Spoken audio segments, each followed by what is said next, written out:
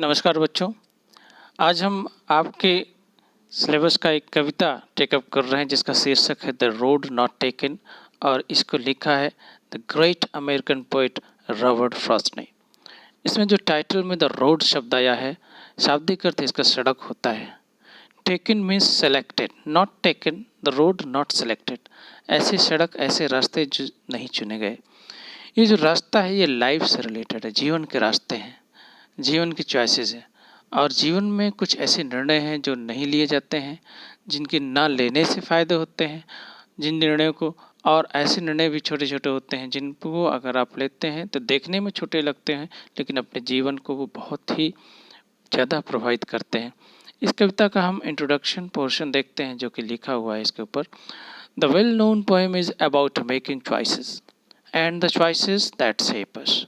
ये जो कविता है द रोड नॉट टेकन, ये हमारे निर्णय लेने के बारे में है कि हम कैसा निर्णय लेते हैं, एंड द चॉइसेस, और ऐसे निर्णयों के बारे में है जो दैट शेप अस, जो हमें विकसित करते हैं, जो हमें एक स्वरूप प्रदान करते हैं।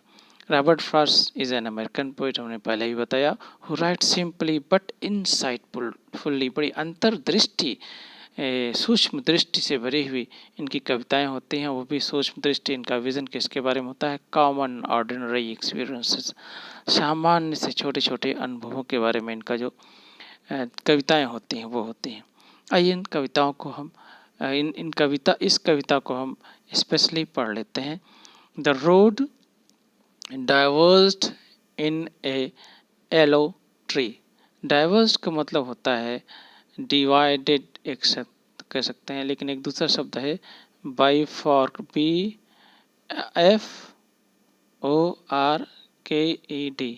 फिर से इसको हम क्लियर करते हैं, BIFORKED,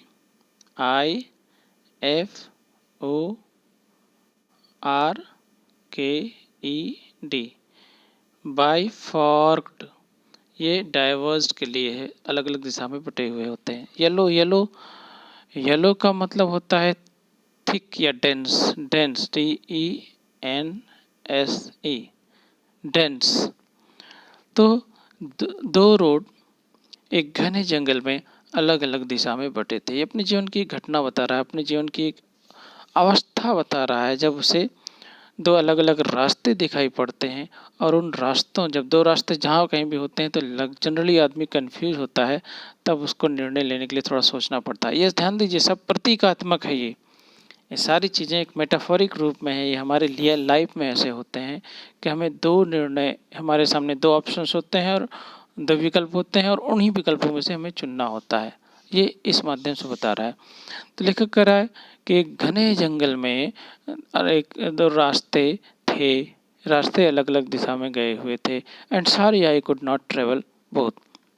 ये भी कह रहा है कि दुख की बात है कि मैं इन दोनों पर यात्रा नहीं कर सकता था, एंड बी वन ट्रेवलर, इसलिए एक पर ही यात्रा किया, एक पर ही यात्री बन सका। लेकिन उसके पहले क्या हुआ? लॉन्ग आई स्टूड, बताया बड़े लंबे समय तक मैं खड़ा रहा। ये खड़े रहने वाली बात क्यों आई? क्योंकि हमने बताया कि दो रास्तों में अक्सर कन्फ्यूजन होता है। दो निर्णय के होने पर दो चीज़ों को चयन करने की स्थिति में कन्फ्यूजन होता है, इसलिए देर तक वो खड़ा रहा, सोचता रहा। And looked down one as far as I could, और एक रास्ते की ओर देखता रहा, दूर तक देखता रहा, जहाँ तक मैं देख सकता था। टू वेयर इट वेंट, जहाँ पे ये गई हुई थी। और कहाँ गई हुई थी रास्ते में?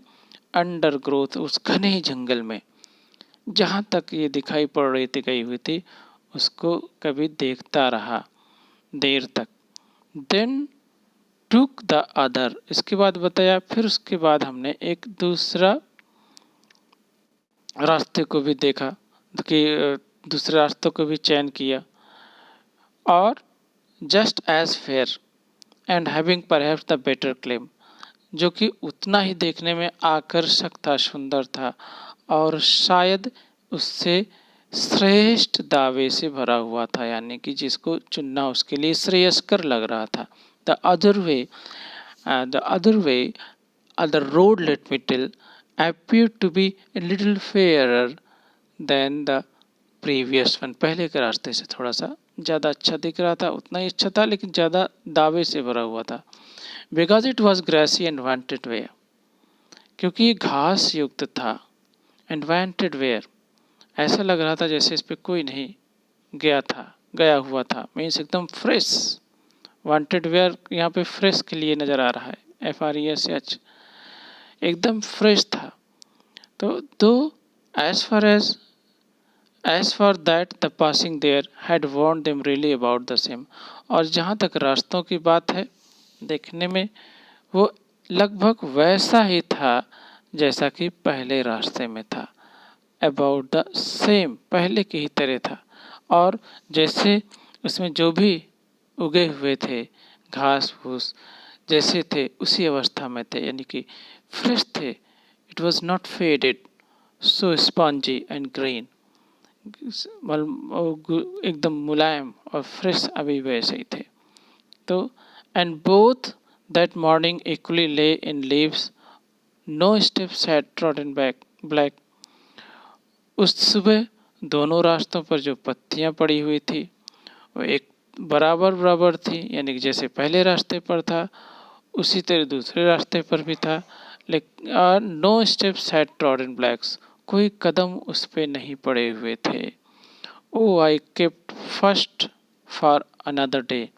इसके बाद उसने बताता है कि उसने निर्णय लिया कि वो पहले रास्ते पर दूसरे दिन जाएगा। Yet knowing how way leads on the way, I doubted if I should ever come back. फिर भी ये जैसे एहसास करते हुए कि रास्ता ना जाने कहाँ ले जाता है, उस समय एक विश्वास की थोड़ा कमी कह सकते हैं, या आत्मविश्वास उतना नहीं, अनिश्चितता की स्थिति कि ना जाने ये रास्ता कहाँ ले जाएगा, ये विचार मन में आता रहा। फिर भी और ये सोचता रहा कि आई शुड एवर कम बैक, क्या वो कभी इस रास्ते को पूर्ण करके वापस भी आ सकता है। ये अक्सर निर्णय लेने समय ये स्थिति होती है। I shall be travelling this with a sigh somewhere ages and ages hence. Hence का मतलब यहाँ फ्यूचर समय से है। फ्यूचर समय में मैं इस पे यात्रा, आई शैल बी टेलिंग, मैं ये बता रहा होऊंगा एक साई ऑफ रिलीफ, राहत की सांस के साथ, कई युगों के बाद, कि two roads diverge in a wood, कि दो रास्ते एक जंगल में बटे हुए थे। And I took one less travelled by, और मैंने दूसरा उस रास्ते को चुना जिस पे लोग कम चले हुए थे। लेस ट्रेवल्ड बाय अर्थात लोगों के डिफरेंट ऐसे निर्णय लिया इसने।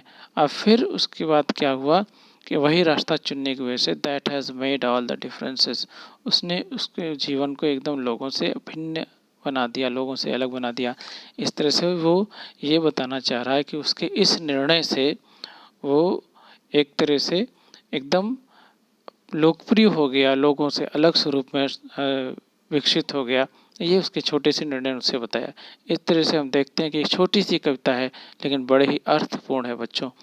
अब इसके बाद हम दूसरा लेसन टेकअप करेंगे, इसको आप सुनिए और कोई भी प्रॉब्लम हो आप हमें तुरंत पूछिए हमारे व्हाट्सएप नंबर के माध्यम से या हमसे डायरेक्ट कॉल करके। नमस्कार।